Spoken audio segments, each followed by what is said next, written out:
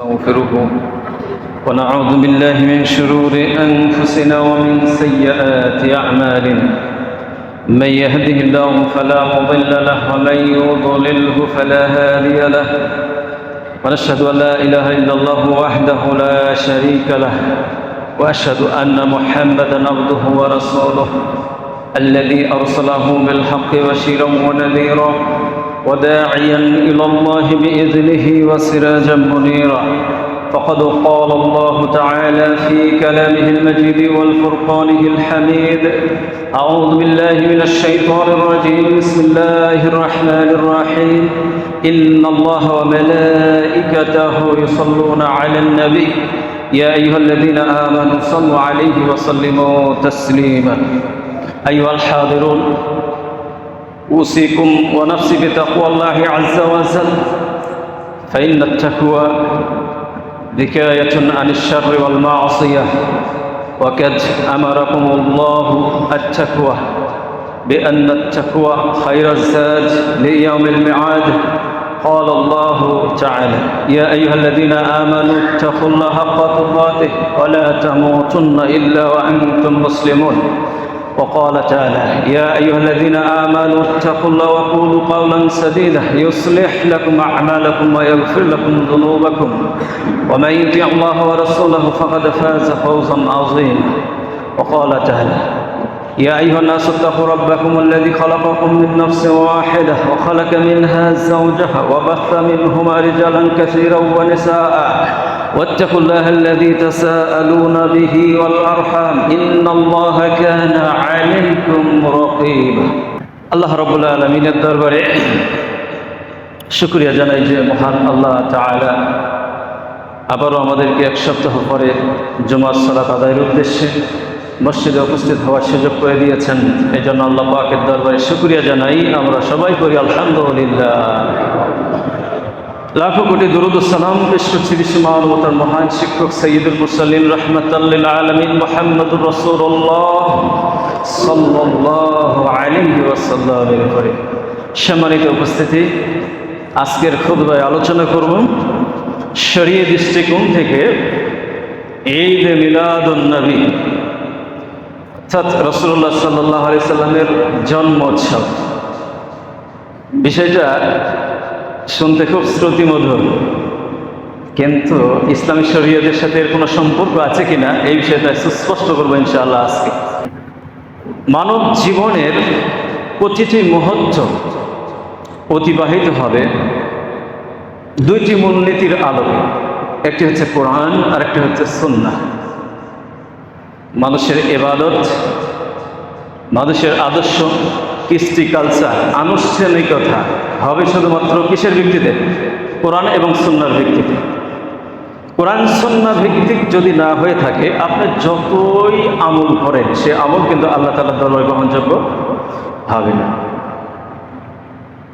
ঈদে মিলাদুন নবী মুসলিম সমাজে যেই আনুষ্ঠানিকতাটা, যে সংস্কৃতিটা আমাদের মাঝে প্রচলিত আছে, ইসলামের দৃষ্টিকোণ থেকে এর কি পারমিশন কোরআন এবং সুন্নাহ দিয়েছে?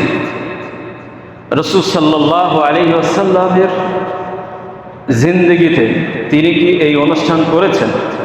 প্রশ্ন।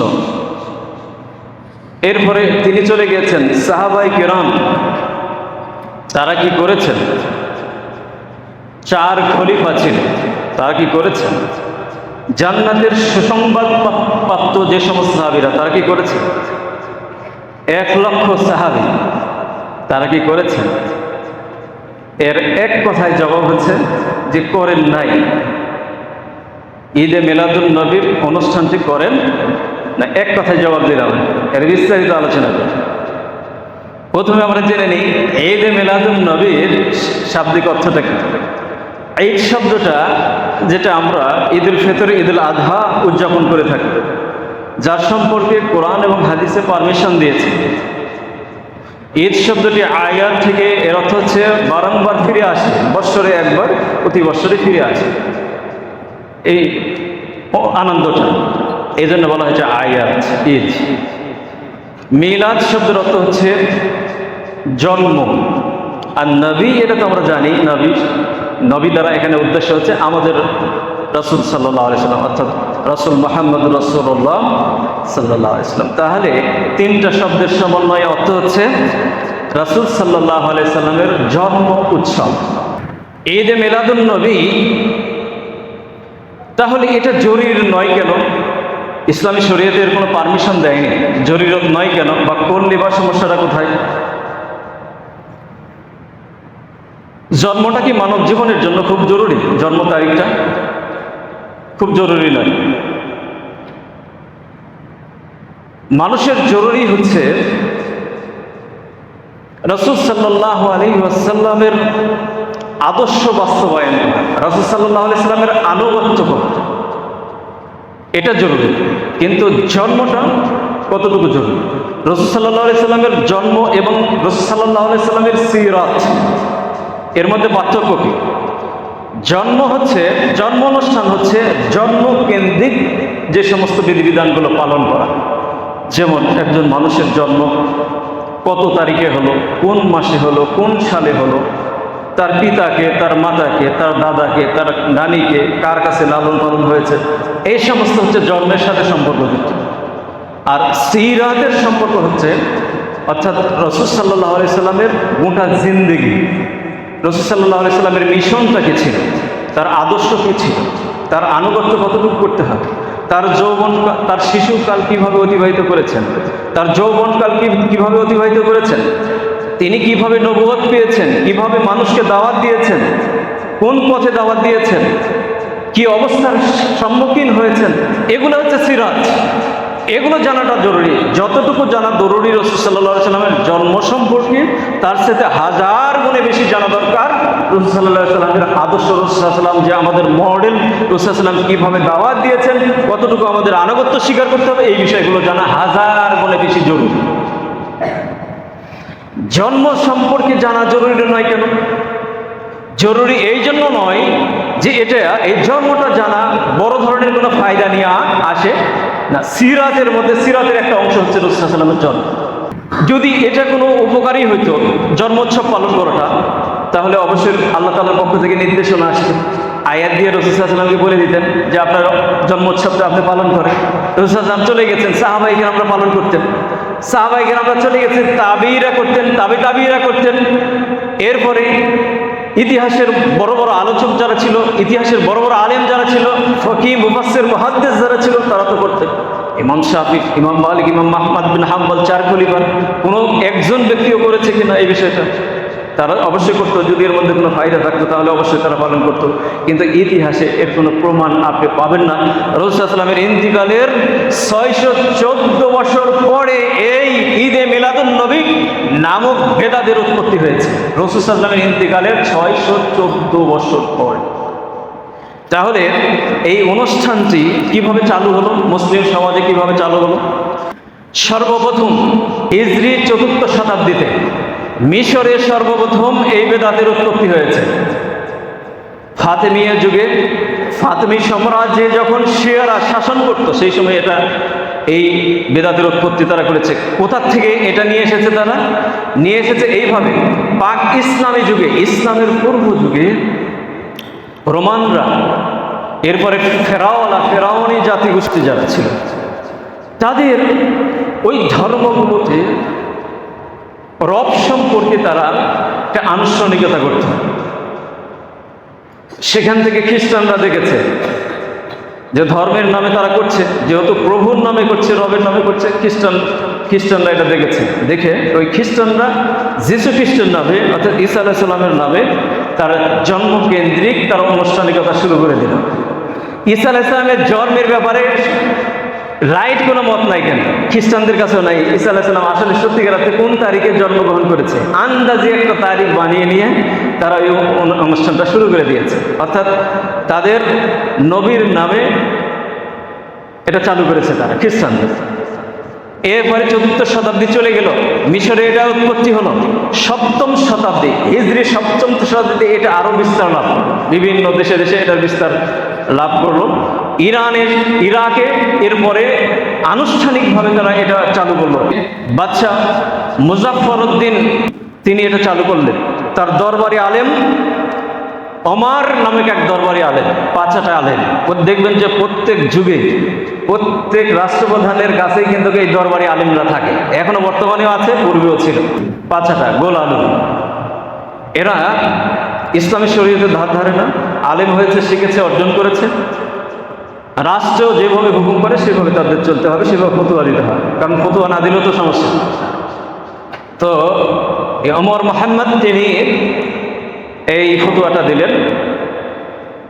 সেখানে 2 সপ্তাহ ব্যাপী এই অনুষ্ঠানটা সর্বপ্রথম চালু করলো 7ম শতাব্দীতে। এইভাবে করে তার এই বিষয়টা ছড়িয়ে গেল চতুর্দিকে। আরেকটি মত এইভাবে আছে, সালাউদ্দিন আইয়ুবী যখন ক্রুসেড বিজয় করল, সেই সময়ে তিনি কোনো খ্রিস্টানকে কিন্তু হত্যা করেন নাই। তিনি ঘোষণা দিয়েছেন, যখন ফিলিস্তিনি বিজয় করলেন সেই সময় তিনি ঘোষণা দিলেন যে যে সমস্ত খ্রিস্টানরা অমুসলিমরা রাষ্ট্রের মধ্যে থাকতে চায় তারা কর দিয়ে, জিজিরা দিয়ে তারা থাকবে, আর যারা চলে যেতে চায় তারা চলে যেতে পারে। তো অনেক খ্রিস্টানরা সেখানে রয়ে গেল। তো ওই খ্রিস্টানদের যে কৃষ্টি কালচারটা, যেটা তাদের ধর্মগুরুরা চালু করে দিয়েছেন, ঈসা আলাইহিস সালামের জন্মকেন্দ্রিক যে উৎসবটা করতো, তো ওরা পালন করে। এখন মুসলিম এবং খ্রিস্টান পরস্পর বসবাস করার কারণে খ্রিস্টানদের ওই চরিত্রটা মুসলিম সমাজের মধ্যে ঢুকে গিয়েছে, বুঝতে পেরেছেন? এটা ওই যে চালু হলো 604 হিজরিতে, এটা চালু প্রভাব বিস্তার করলো চতুর্দিকে। সেই হিসাবে রাসূল সাল্লাল্লাহু আলাইহি ওয়াসাল্লামের ইন্তিকালের 614 বছর পরে এই বিদআত বিভিন্ন রাষ্ট্রে রাষ্ট্রে চালু হয়ে গেল।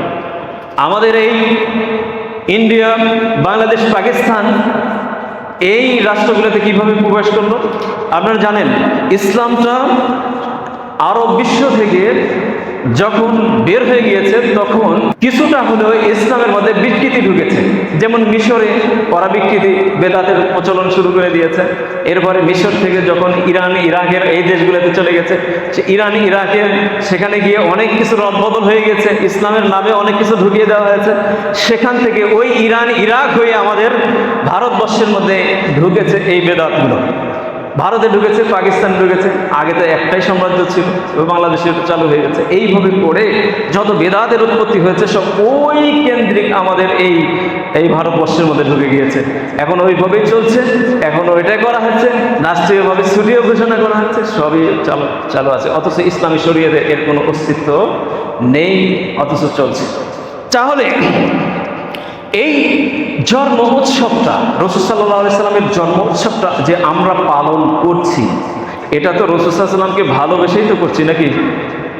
রাসূল সাল্লাল্লাহু আলাইহি সাল্লামকে ভালোবেসে আমরা এই অনুষ্ঠানটা করছি না? রাসূল সাল্লাল্লাহু আলাইহি সাল্লামকে তিরস্কার করা, রাসূল সাল্লাল্লাহু আলাইহি সাল্লামকে গালি দেওয়ার জন্য কি আমরা এটা করছি? ভালোর জন্যই করছি। তাহলে ভালোর জন্য যদি করে থাকি, তাহলে এটা বেদাত হবে কেন? এই ক্ষেত্রে বেদাতের সংজ্ঞাটা আপনাকে আমাকে বুঝতে হবে। বেদাত কাকে বলে? বেদাতের মধ্যে আমার 2টা ভাগ করে দেওয়া হয়েছে, বেদাতে হাসানা, বেদাতে সাইয়্যা, অর্থাৎ নিকৃষ্ট বেদাত, আবার আরেকটা হচ্ছে ভালো বেদাত। ভালো বেদাত করলে কোনো সমস্যা নাই, সাইয়্যাটা করলে সমস্যা, এইভাবে করে আমরা ভাগ করে দিয়েছি। অথচ বেদাত ভাগ করার কোনো সুযোগ আছে? বলা হয়েছে কুল্লা বিদআতিন দালালা ওয়া কুল্লা দালালাতিন ফিন্নার। প্রত্যেক বেদাতই হচ্ছে পথভ্রষ্ট, আর এই পথভ্রষ্টকে জাহান্নামের দিকে নিয়ে যায়। তাহলে এখানে ভাগ করলাম কেন? হাসানাটা কোথায় পেলাম বলেন তো? হাসানাটা এইভাবে পেয়েছি যে এই যে আমি এখন কথা বলছি, মাইকে কথা বলছি, এটা তো রাসূল সাল্লাল্লাহু আলাইহি ওয়াসাল্লামের যুগে ছিল না, তাহলে এটাও তো বেদাত, নাকি? বেদাত না? আমি মাইকে কথা বলছি, এটা বেদাত না? এই যে এইভাবে ঢুকেছে, এটা বেদাতে হাসানা, মানে বেদাত, ভালো বেদাত, এটা করলে কোনো সমস্যা নাই। আসলে বেদাতের সংখ্যা কি তাই? বেদাতের সংখ্যা তা না। বেদাত হচ্ছে এমন আমল করা, দিনের মধ্যে এমন আমল করা যে আমলটা ইবাদত মনে করে করা হয়। আমি যে মাইকে কথা বলছি, এটাকে ইবাদত মনে করে করছি? আমার কথাটাকে আপনাদের দূরবর্তী মানুষের কাছে পৌঁছিয়ে দেওয়ার জন্য করছি, তাই না? এটা তো আমি বলছি না যে মাইকে কথা বললে সওয়াব হবে, তাই কি বলছি? না, এটা তো বেদাত না। তাহলে বেদাত কি? বেদাত হচ্ছে ধর্মের মধ্যে, ইসলামের মধ্যে, ইসলামের নামে সওয়াবের আশায় যেটা করা হয় সেটা হচ্ছে বেদাত। তো রাসূল সাল্লাল্লাহু আলাইহি ওয়াসাল্লামের জন্মোৎসব আমরা পালন করি কি মনে করে? সওয়াব অনুষ্ঠান মনে করে করি না, সওয়াব মনে করে করি, এই জন্য এটা বেদাত। আমরা বুঝতে পেরেছি আশা করি ইনশাআল্লাহ। তবে এই বেদাতের অস্তিত্ব ইসলামের ইতিহাসে নেই। যদি রাসূল সাল্লাল্লাহু আলাইহি ওয়াসাল্লামের জন্মকে গুরুত্ব দেওয়া হইতো, তাহলে রাসূল সাল্লাল্লাহু আলাইহি ওয়াসাল্লামের জন্ম নিয়ে 13টা মত প্রকাশ হতো না। রাসূল সাল্লাল্লাহু আলাইহি ওয়াসাল্লাম কোন তারিখে জন্মগ্রহণ করেছে এটা নিয়ে কয়টা মত? 13টা মত রয়েছে। মাস নিয়ে মত পার্থক্য রয়েছে, তারিখ নিয়ে মতবিরোধ রয়েছে। সোমবারে জন্মগ্রহণ করেছেন এই বিষয়টা সহিহ সত্য, সোমবারে তিনি জন্মগ্রহণ করেছেন এই কথাটা সত্য, কিন্তু কোন মাসে জন্মগ্রহণ করেছে এটা নিয়ে বেশ কয়েকটা মত। কেউ বলেছেন রমজান মাসে রাসূল সাল্লাল্লাহু আলাইহি ওয়াসাল্লাম জন্মগ্রহণ করেছেন, কেউ বলছেন রবিউল আউয়াল মাসে জন্মগ্রহণ করেছেন, কেউ বলেছেন রজব মাসে জন্মগ্রহণ করেছেন। তারিখ নিয়ে একাধিক মত। কেউ বলেছেন রবিউল আউয়াল মাসের 2 তারিখে, কেউ বলেছেন 1 তারিখে, কেউ বলেছেন 8 তারিখে, কেউ বলেছেন 9 তারিখে, কেউ বলেছেন 10 তারিখে, কেউ বলেছেন 12 তারিখে। কোনটা নেবেন আপনি?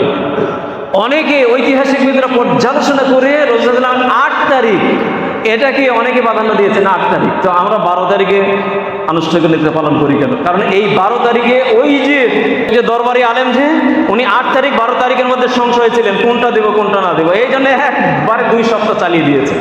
বুঝতে পেরেছেন? সে 2 সপ্তাহব্যাপী সেই অনুষ্ঠানটা করেছেন। এখন তিনি কখনো করতেন 8 তারিখে, কখনো 12 তারিখ, কিন্তু ওটাই আমাদের মধ্যে 12 তারিখে প্রসিদ্ধতা অর্জন করেছে। কি হিসাবে আমাদের দেশে এটা 12 তারিখ দেওয়া হয়েছে? যে রাসূল সাল্লাল্লাহু আলাইহি ওয়াসাল্লাম যেহেতু জন্মগ্রহণ করেছে 8 তারিখে যদি দেওয়া হয় তাহলে মৃত্যুর সাথে মিল হচ্ছে না, এই জন্য মৃত্যুর সাথে অ্যাডজাস্ট করে এটা নাম দিয়েছে 12 তারিখ। বুঝতে পেরেছেন কিভাবে কিচ্ছুঙ্কর উপরে এই ইবাদতগুলো চালু করে দিয়েছে আমাদের মধ্যে, অথচ এর কোনো দলিল ইসলামের শরীয়তে নেই। যেহেতু দলিল নেই আর এই অনুষ্ঠানটা সওয়াবের আশা মনে করে করা হয়, এই জন্য এটা বেদাত। এই জন্য বেদাত সম্পর্কে হাদিসের মধ্যে বলা হয়েছে মান আমিলা আমালান লাইসা আলাইহি আমরুনা ফাহুয়া রাদ্দুন। ইসলামী শরীয়তের কোনো কাজ করা হয়, যেই কাজের ব্যাপারে ইসলামী শরীয়তের কোনো নির্দেশ নেই, তাহলে সেটা প্রত্যাখ্যাত, সেটা গ্রহণযোগ্য নয়, সেটা পালন করার কোনো সুযোগ নেই। তাহলে যেহেতু এর কোনো সুযোগ নেই, যেগুলো এর কোনো ডকুমেন্ট নেই, সেই ক্ষেত্রে এটা বিদআত।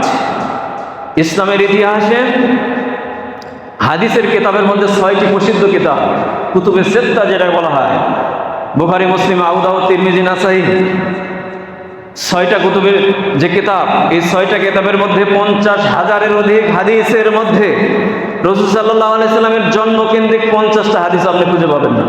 তার মধ্যে অনেক হাদিস সহিহ শুদ্ধ নয়। তাহলে এগুলোর যেহেতু ইসলামের ইতিহাসে কোনো অস্তিত্ব নেই, কোরআন সুন্নাহয় নির্দেশনা নেই, সেই জন্য এই আনুষ্ঠানিকতা করার কোনো প্রয়োজন আমাদের নেই। এই জন্য এটাকে আমাদের প্রত্যাখ্যান করতে হবে, যেহেতু ইসলামী শরীয়ত এই ব্যাপারে কোনো নির্দেশনা আমাদেরকে জারি করেননি। রাসূল সাল্লাল্লাহু আলাইহি ওয়াসাল্লাম যে আদর্শ মডেল, তিনি কিভাবে শিশুকাল অতিবাহিত করেছেন, যৌবনকাল অতিবাহিত করেছেন, তিনি কিভাবে মানুষকে দাওয়াত দিয়েছেন, সেই বিষয়গুলোকে আমাদেরকে মানতে হবে। রাসূল সাল্লাল্লাহু আলাইহি ওয়াসাল্লামের আনুগত্য করতে হবে আমাদেরকে। আনুগত্যের বিষয়টা হচ্ছে এই, কারণ রসুলের ব্যাপারে বলা হয়েছে মান আতাআনি ফাকাদ আতা আল্লাহ ওয়া মান আসানি ফাকাদ আসাল্লাহ। যে ব্যক্তি আমার আনুগত্য করলো সে যেন আল্লাহ তাআলার আনুগত্য করলো, যে আমার অবাধ্য হলো সে আল্লাহ তাআলার অবাধ্য হলো। এই কথা বুখারী হাদিসের মধ্যে রাসূল সাল্লাল্লাহু আলাইহি ওয়াসাল্লাম বলেছেন। আল্লাহ তাআলা কোরআনে কারীমের মধ্যে সূরা হাশরের মধ্যে বলেছেন ওয়া মা আতাকুমুর রাসূলু ফাখুযুহু ফাখুযুহু ওয়া মা নাহাকুম আনহু ফান্তাহু। রাসূল সাল্লাল্লাহু আলাইহি ওয়াসাল্লাম আল্লাহ তাআলা যে নির্দেশ দিয়েছেন, রাসূল সাল্লাল্লাহু আলাইহি ওয়াসাল্লাম যে নির্দেশ দিয়েছেন সেটাকে গ্রহণ করো, তিনি যা নিষেধ করেছেন সেখান থেকে তোমরা বিরত থাকো। তাহলে রসুল যে আদেশ দিয়েছেন সেটা আমাদেরকে মানতে হবে, রসুল যে নিষেধ করেছেন সেখান থেকে আমাদেরকে বিরত থাকতে হবে।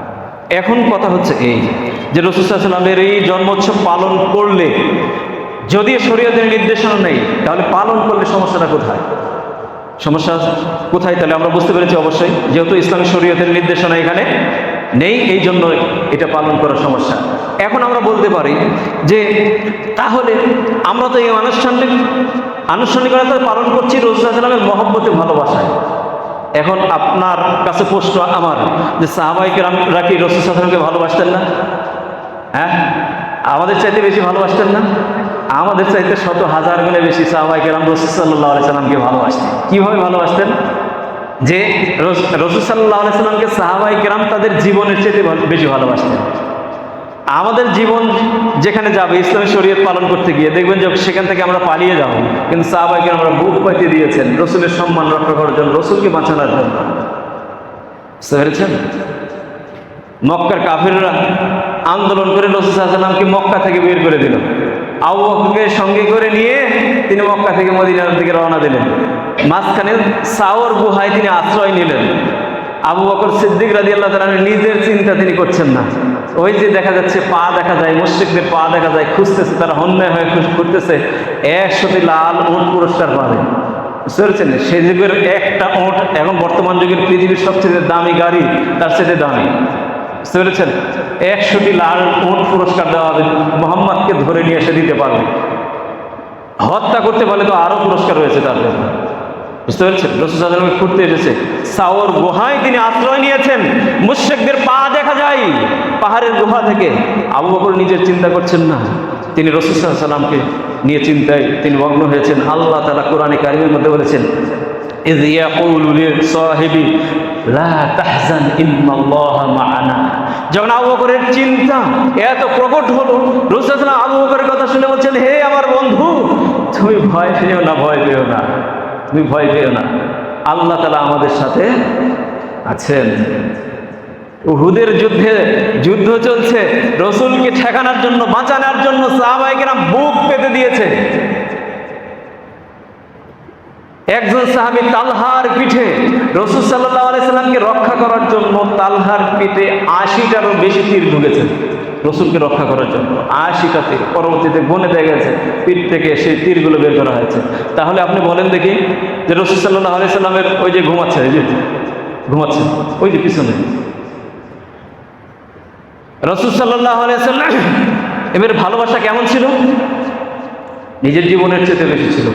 সুবহানাল্লাহ।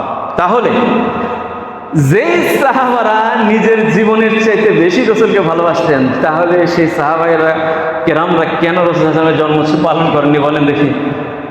আর তিনি কেনই বা তিনি এই অনুষ্ঠানটা পালন করেননি? দেখেন, ইতিহাসে কোনো অস্তিত্ব ছিল না, এটার অস্তিত্ব ছিল না। দেখেন এই যে সাল গণনায় আগে রাসূল সাল্লাল্লাহু আলাইহি ওয়াসাল্লাম যখন বিভিন্ন এলাকাতে চিঠি লিখতেন, তখন সেখানে সাল থাকতো না, থাকতো মুহররম মাসের অমুক তারিখে বা রজব মাসের অমুক তারিখে, এইভাবে উল্লেখ করে তিনি চিঠি লিখতেন বিভিন্ন রাজা বাদশাদের কাছে, বা চিঠি লেখার প্রয়োজন যখন হতো এইভাবে চিঠিগুলো লিখতেন, কোনো সাল থাকতো না। রাসূল সাল্লাল্লাহু আলাইহি ওয়াসাল্লামের যুগ চলে গেছে, আবু বকরের যুগ চলে গেছে, ওমর রাদিয়াল্লাহু তাআলা আনহু খলিফা হয়েছেন। আবু মুসা আশআরী বসরার গভর্নর, আবু মুসা আশআরীর কাছে ওমর রাদিয়াল্লাহু তাআলা আনহু চিঠি লিখেছে।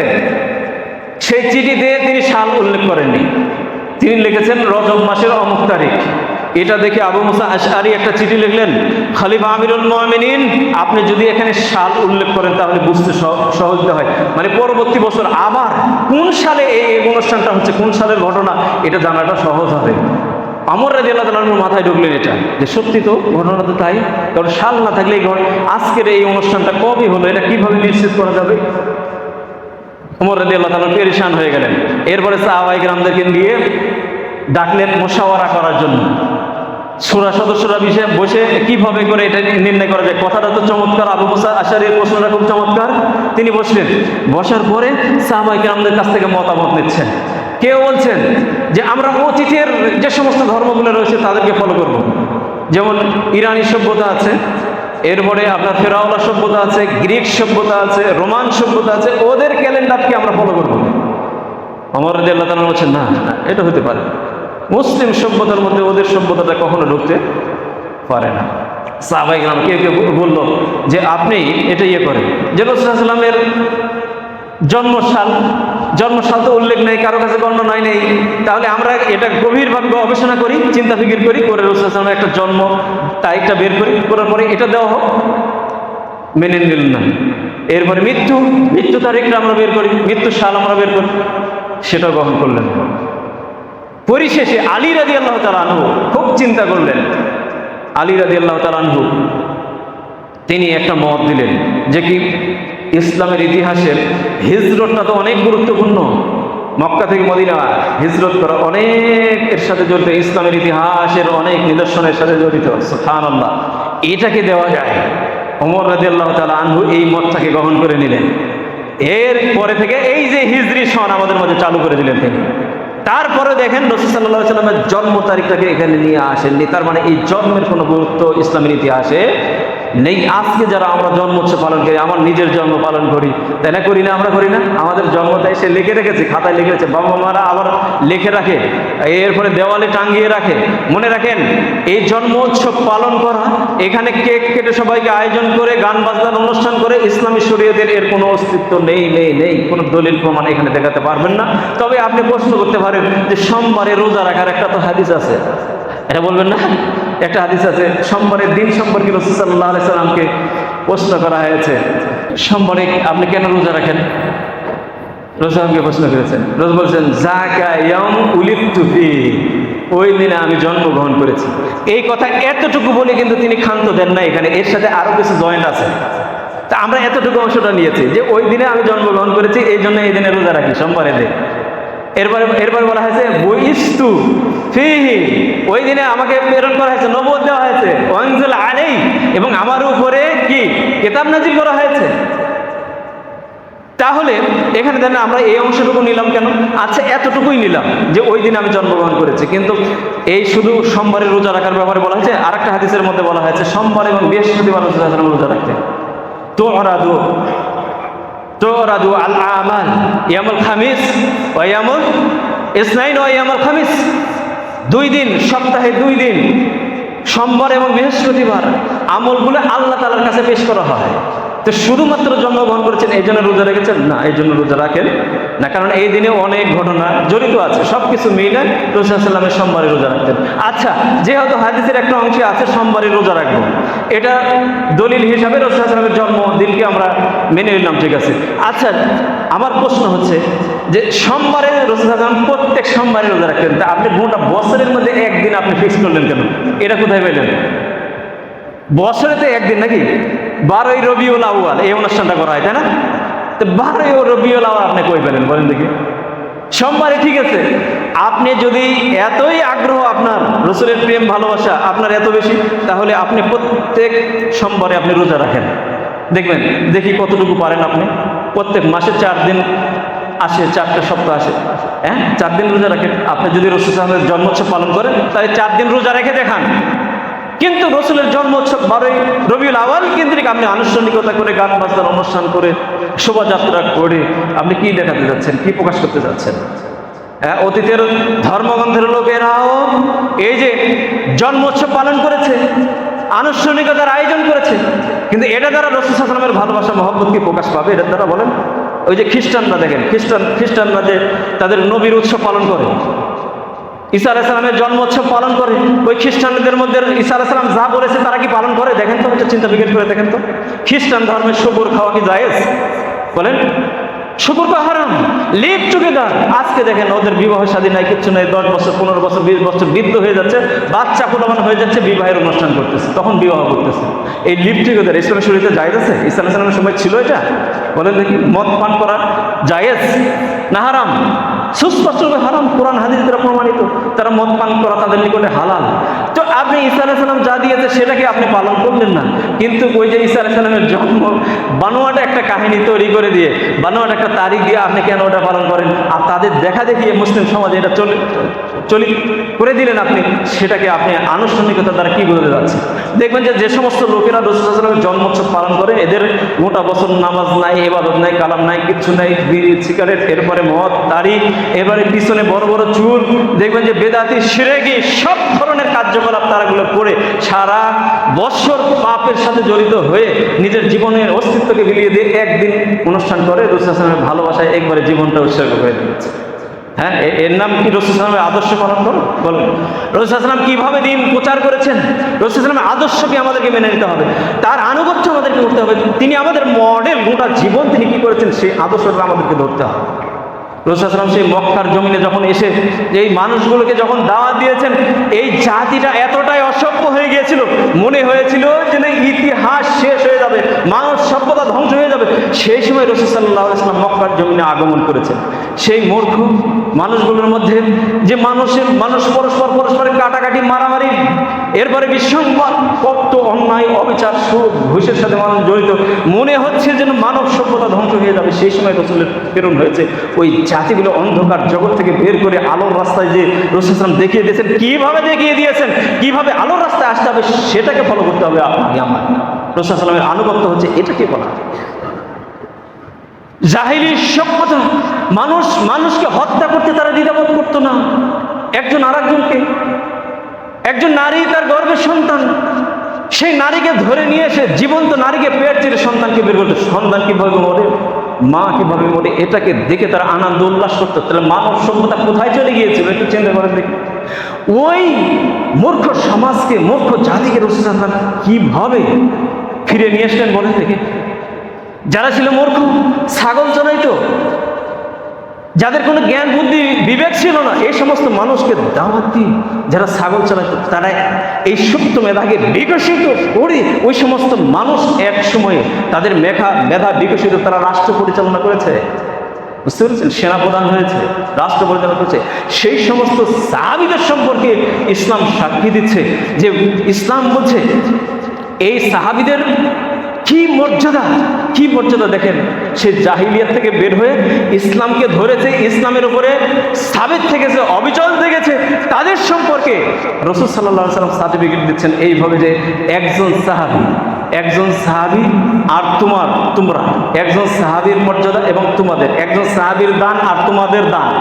লাউ আন্না আহাদিহিম আনফাকা মিসলা উহুদিন যাহাবান মা বালাগা আহাদিহিম মুদ্দান।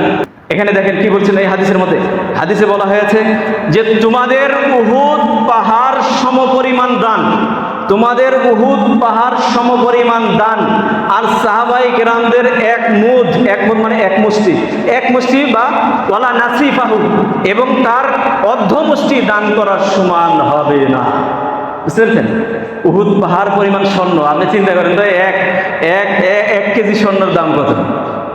উহুদ পাহাড় সমপরিমাণ দান যদি তোমরা করো আর আমার সাহাবায়ে কেরাম এক মুদ গম, ভুট্টা বা এই জব জাতীয় কোনো কিছু যদি দান করে, তাহলে ওই সাহাবীদের দানের সমতুল্য তোমাদের দানের মূল্য হবে না।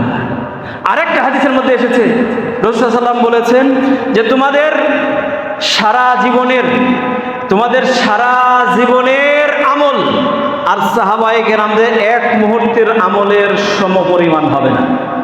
বুঝতে পেরেছেন? এই সমস্ত সাহাবায়ে কেরামরা রাসূল সাল্লাল্লাহু আলাইহি ওয়াসাল্লামকে কি মহব্বত দিয়েছেন, কি ভালোবাসা দিয়েছেন, যে তাদের সম্পর্কে রাসূল সাল্লাল্লাহু আলাইহি ওয়াসাল্লাম এইভাবে সার্টিফিকেট দিচ্ছেন, যাদের সম্পর্কে আল্লাহ তাআলা সার্টিফিকেট দিচ্ছেন। তাহলে ওই সাহাবায়ে কেরামদের মহব্বত ভালোবাসা রাসূলের প্রতি ছিল না? ছিল। কিন্তু তারপরে তারা এই অনুষ্ঠানটা কেন করেননি? কারণ হচ্ছে ইসলামের শরীয়তে এটা পালন করার মধ্যে কোনো ফায়দা নেই। তাহলে আজকের খুতবা থেকে যেই বিষয়টা সুস্পষ্টতা হচ্ছে রাসূল সাল্লাল্লাহু আলাইহি ওয়াসাল্লাম আমাদের মডেল, আমাদের জন্য আদর্শ। রাসূল সাল্লাল্লাহু আলাইহি ওয়াসাল্লাম যেই আমলগুলো করেছেন সেই আমলগুলো আমাদেরকে করতে হবে। যে আমলগুলো সাহাবায়ে কেরামদেরকে শিখিয়েছেন সেই আমলগুলো আমাদের করতে হবে। সাহাবায়ে কেরামদেরকে অনুসরণ করতে হবে, রাসূলকে আমাদেরকে অনুসরণ করতে হবে। অর্থাৎ পরকালীন জিন্দেগির জন্য যে সমস্ত আমলগুলো দরকার সেটা আমাদের করতে হবে। জন্মোৎসব পালন করার মধ্যে কোনো ফায়দা নাই, কোনো সওয়াব নাই। এই জন্য বছরে একদিনে আনুষ্ঠানিকতার মধ্যে কোনো ফায়দা নেই। এটাই সুস্পষ্ট আজকের খুতবার মধ্যে। আজকে আমি এখানে শেষ করছি। ইনশাআল্লাহ পরবর্তী সময়ে আরেকটি বিষয় নিয়ে আলোচনা করা হবে।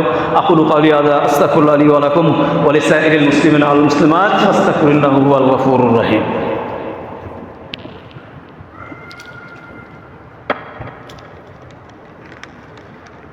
الحمد لله على إحسانه والشكر له على توفيقه وامتنانه. أشهد أن لا إله إلا الله وحده لا